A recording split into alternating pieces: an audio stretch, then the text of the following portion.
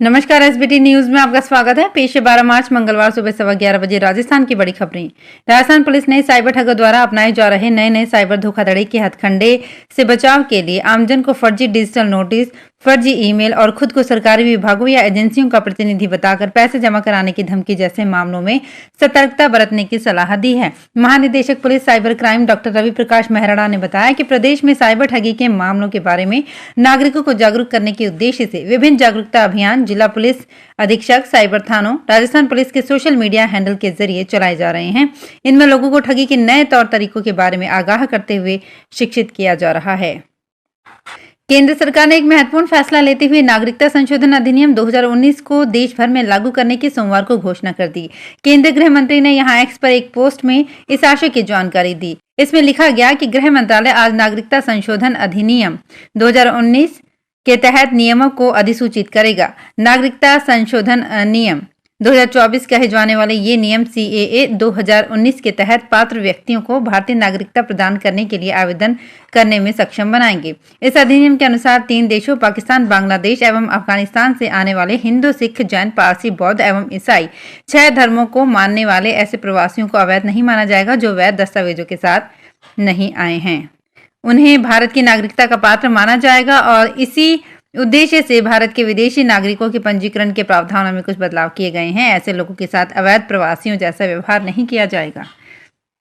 प्रधानमंत्री नरेंद्र मोदी आज मंगलवार को देश भर की विभिन्न रेल परियोजनाओं के शिलान्यास एवं लोकार्पण के तहत राजस्थान में अजमेर रेल मंडल से जुड़ी 3 परियोजनाओं का वर्चुअल शुभारंभ करेंगे। अजमेर मंडल रेल प्रबंधक की ओर से सुबह 8 बजे रेलवे स्टेशन पर आयोजन होगा, जिसमें स्थानीय जनप्रतिनिधियों के अलावा रेलवे अधिकारी भी मौजूद रहेंगे। मोदी इससे जुड़कर और अजमेर मंडल को सौगात देंगे। राजस्थान में न्यूनतम समर्थन मूल्य पर खरीद की गारंटी का कानून बनाने की मांग को लेकर दिल्ली कूच करने के लिए विभिन्न जगहों से सोमवार को जयपुर के लिए अपने ट्रैक्टरों के साथ रवाना हुए किसानों को पुलिस प्रशासन ने रोक दिया।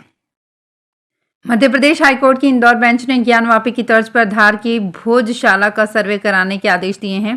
सोमवार को इस मुद्दे पर कोर्ट ने आर्कियोलॉजिकल सर्वे ऑफ इंडिया को 5 एक्सपर्ट की टीम बनाने को कहा है। इस टीम को 6 सप्ताह में रिपोर्ट कोर्ट को सौंपनी होगी। इस मामले में इंदौर हाई कोर्ट में 19 जनवरी को बहस हुई थी। तब सुनवाई के बाद कोर्ट ने फैसला सुरक्षित रख लिया था। आज 11 मार्च को कोर्ट ने फैसला सुनाया। इसमें कहा गया कि सर्वे 29 अप्रैल तक पूरा करना है। राजस्थान में ख्वाजा की नगरी अजमेर में सोमवार को चांद रात को चांद के दीदार होने के साथ ही पवित्र रमजान माह का आगाज हो गया।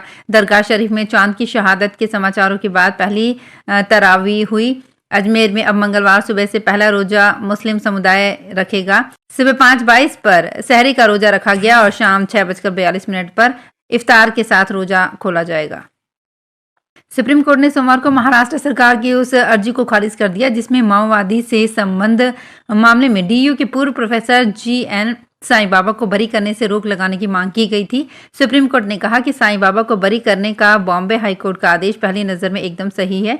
जस्टिस BR गवई और जस्टिस संदीप मेहता की बेंच ने बॉम्बे हाई कोर्ट के 5 मार्च के आदेश के खिलाफ राज्य सरकार की अपील मान ली, लेकिन जल्द सुनवाई की मांग कर रहे additional solicitor general SV Raju के अनुरोध को खारिज कर दिया।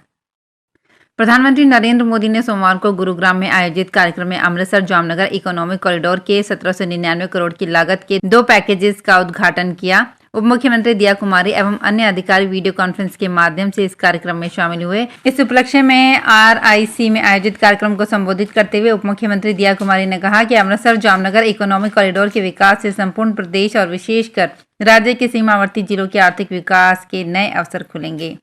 उप मुख्यमंत्री दिया कुमारी ने कहा कि राजस्थान के गंगानगर, हनुमानगढ़, बीकानेर, जोधपुर, बाड़मेर और जालौर जिलों की पंजाब और गुजरात के प्रमुख औद्योगिक शहरों और बंदरगाह से सीधी कनेक्टिविटी स्थापित होगी।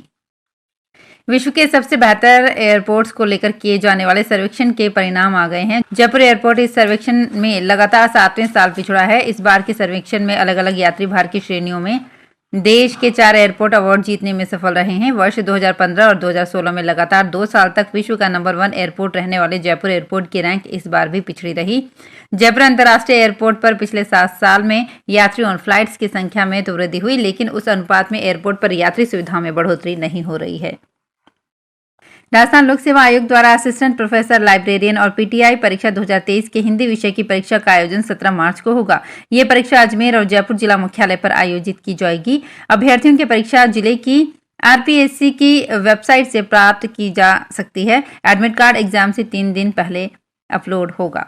आयुक्त सचिव ने बताया कि ये परीक्षा सुबह 9 से 12 तक प्रश्न पत्र फर्स्ट और दोपहर वाला 2:30 से शाम के 5:30 बजे तक प्रश्न पत्र सेकंड का आयोजन होगा। राजस्थान में जिलों को लेकर शिक्षा विभाग में अजीब स्थिति बनी हुई है। ऑफलाइन हो रहे सभी कार्य 50 जिलों के हिसाब से हो रहे हैं, लेकिन शिक्षा विभाग के ऑनलाइन शाला दर्पण पोर्टल पर पुराने 33 जिलों का ही अपडेशन है। नए जिलों का अपडेशन नहीं होने से स्कूल और शिक्षकों की स्थिति, पोषाहार, बच्चों की तादाद जैसी सूचनाओं को लेकर नए जिलों के संबंधित अधिकारियों और कार्मिकों व लोगों को परेशानी झेलनी पड़ रही है। टेक्निकल श्रेणी में सर्वश्रेष्ठ क्रिएटर्स का अवार्ड टेक्निकल गुरुजी के नाम से मशहूर गौरव चौधरी को दिया गया। वो सबसे अमीर भारतीय टेक ट्यूबर हैं। हाल ही में पीएम ने दिल्ली स्थित भारत मंडपम में कंटेंट क्रिएटर्स को सम्मानित किया। पहली बार आयोजित नेशनल क्रिएटर्स अवार्ड के जरिए उन कंटेंट क्रिएटर्स को सम्मानित किया गया जो सोशल मीडिया पर अपने कंटेंट के माध्यम से समाज में जागरूकता फैला रही हैं। टेक श्रेणी में सर्वश्रेष्ठ क्रिएटर्स का अवार्ड टेक्निकल गुरुजी के नाम से मशहूर गौरव चौधरी को दिया गया। भीलवाड़ा जिले में अब सरकारी स्कूलों के बच्चे अमरूद को जामफल, प्याज को कांदा, पहाड़ को टेकरी और बकरी को छाली पढ़ते हुए दिखेंगे। नई शिक्षा नीति में बदलाव करते हुए प्राथमिक कक्षाओं में मातृभाषा पर जोर देने की नीति लागू करने से ऐसा होगा। इसके लिए RSCERT ने प्रदेश में संभागवार भाषाई सर्वे करा लिया है। अब स्थानीय बोली और भाषाओं के आधार पर शब्दकोश तैयार कराकर पाठ्यक्रम तैयार करने की कवायद की जा रही है। इसे आगामी सत्र में लागू किया जाएगा। सरकार रबी सीजन में समर्थन मूल्य पर सरसों और चना की खरीद करेगी। इसको लेकर 15 मार्च से खरीद शुरू कर दी जाएगी। समर्थन मूल्य पर चना और सरसों बेचने के लिए किसानों को ऑनलाइन रजिस्ट्रेशन करवाना होगा। ऑनलाइन रजिस्ट्रेशन प्रक्रिया आज मंगलवार 12 मार्च से शुरू होने की उम्मीद जताई जा रही है। 12 जिले में राजफेड में सरसों और चना खरीद के लिए 24 खरीद केंद्र बनाए गए हैं। उप रजिस्ट्रार सौमित्र मंगल ने बताया कि सरकार की ओर से राजफेड के माध्यम से सरसों और चना के समर्थन मूल्य पर खरीद की जाएगी। राजस्थान क्षेत्रफल की दृष्टि से भारत का सबसे बड़ा राज्य है, जिसका क्षेत्रफल भारत के कुल क्षेत्रफल का 10.41% है। यहाँ कृषि लोगों की आजीविका का महत्वपूर्ण साधन है। राजस्थान में कृषि वर्षा आधारित है। बारिश की कमी से कृषि उत्पादन कर पाना किसानों के लिए चुनौतियों भरा हुआ होता है। इसके बावजूद यहाँ खाद्यान्न उत्पादन में वृद्धि दर्ज की गई है। ये बात महाराणा प्रताप कृषि विश्वविद्यालय के छात्र नरेंद्र यादव की ओर से किए आर्थिक सर्वेक्षण के अध्ययन में सामने आई है। 2022-23 में कृषि और संबद्ध क्षेत्रों ने राजस्थान के सकल राज्य मूल्य में मौजूदा कीमतों पर 28.95% योगदान दिया है, जो 2011-12 में 28.56% था। तो फिलहाल इस बुलेटिन में इतना ही। फिर हाजिर होंगे कुछ और बड़ी खबरों के साथ।